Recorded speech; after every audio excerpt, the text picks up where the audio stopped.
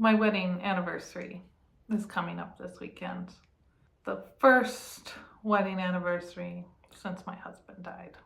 It seemed like a good time to talk about grief. Actually, pretty much any time is a good time to talk about grief because I am right there in the trenches right now. I'm Jen Tatro, and this is From Jen.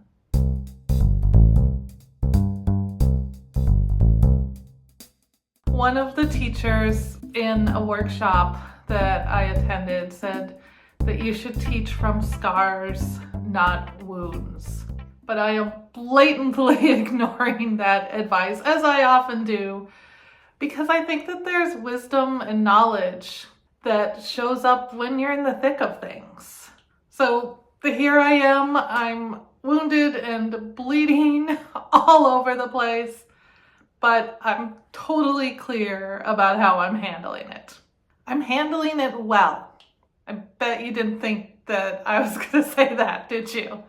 But let me tell you what handling it well means in this scenario. Despite the title of this video, How to Grieve, this isn't a definitive lesson in how to grieve because everyone handles grief differently and there's absolutely no wrong way. This is how I'm grieving and how I'm navigating it. And, well, I made a list because, of course, I did. 1, I cry pretty much every day. It's not pretty crying. Sometimes I sob. Sometimes I throw things. Yesterday, I came this close to throwing my iPhone into a cement wall. I do a lot of beating on pillows. Some people will tell you that crying feels good. This does not. It feels like the chest burster scene from Alien. It's gross and it hurts and my face gets all puffy and blotchy and I have a headache afterwards. Okay, so not exactly like the chest burster scene. I do live through it, but it sucks. Despite all that, when the tears start, I usually don't try to stop them, especially if I'm a place where it feels safe to let it out. Because all those emotions have to go somewhere. And if I don't cry, they'll settle in my body and they'll start wreaking havoc.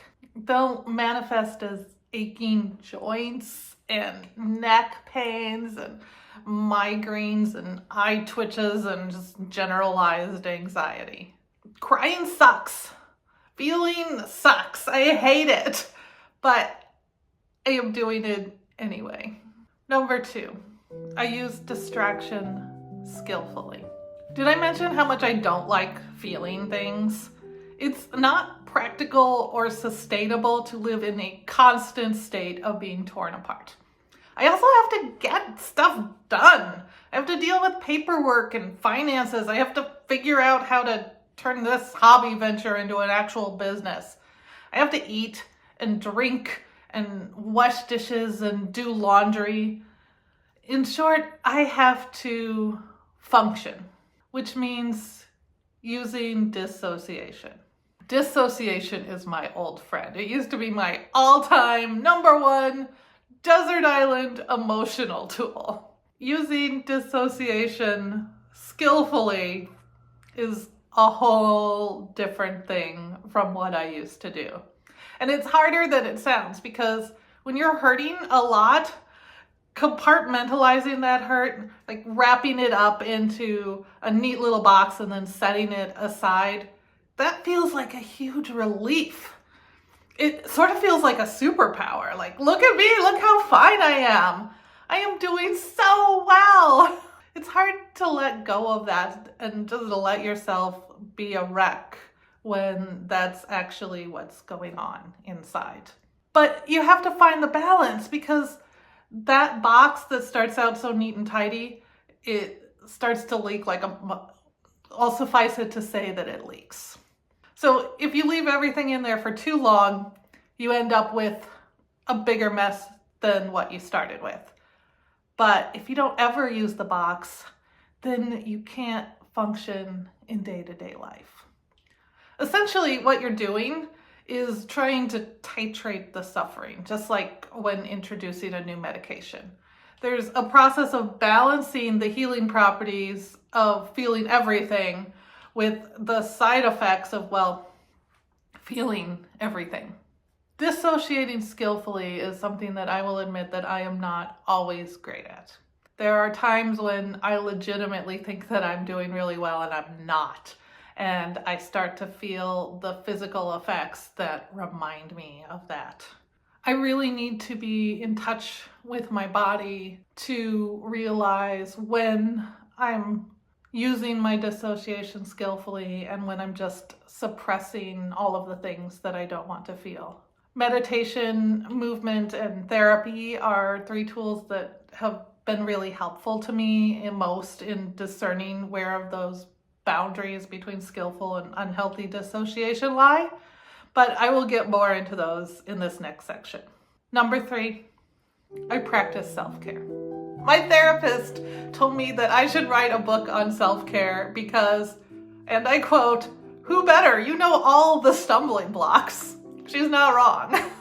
I talk a lot about how I love the word practice because self-care is definitely a practice. I'm going to commit a cardinal sin here and go to the Wikipedia definition for practice because I think it's useful.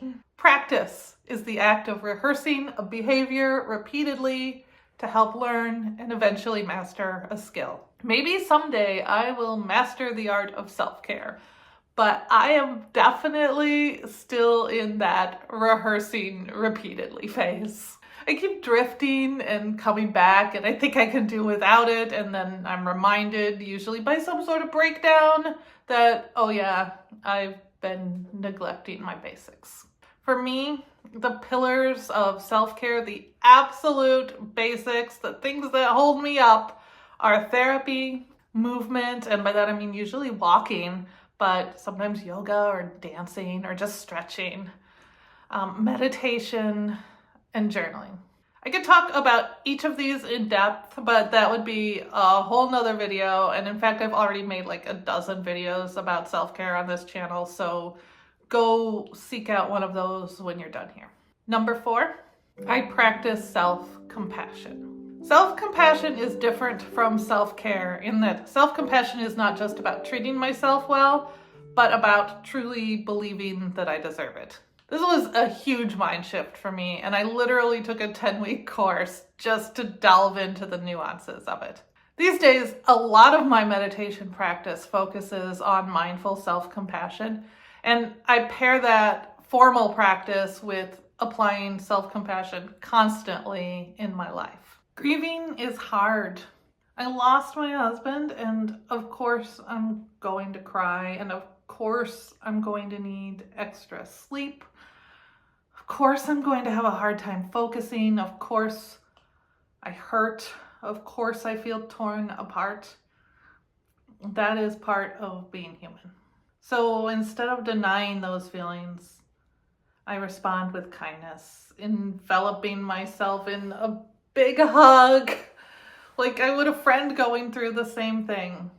I ask myself every day, what do I need? And I try to give myself whatever it is that comes up that day. It sounds kind of corny talking about it like that, but there's a lot of research behind self-compassion, both in terms of its impact on mental and physical health. This stuff works for real. Number 5, I engage with the world. No matter how tempting it is to turtle up and hide, I am not doing that. At least not most of the time. I'm making conscious efforts to engage with the world and with other people. I have amazing friends and family members, and even though most of them are in different parts of the country, I try to reach out by text on a regular basis. They tell me that I'm strong and brave and that they love me, and that's what I need from them right now. Just the assurance that I am capable of standing up on my own, but if and when I'm not, they'll be there to catch me. I've also been making it a point to get out locally. I take my laptop to coffee shops to work. I sign up for courses and experiences that allow me to have casual interactions with others. I've committed to a regular group meditation, both on Zoom and in person, to try to become a part of like-minded communities. I'm making the effort to not do this alone. As I said earlier, this list isn't the end-all be-all of how to grieve, but these are the things that are working for me right now. Feeling my emotions, backing away when I need to, practicing self-care and self-compassion, and engaging with others. Until next time, I'm wishing you love, joy, and all of those good things, and I can't wait to talk to you again. If you're interested in hearing more about my experience with mindful self-compassion, you should watch this video next.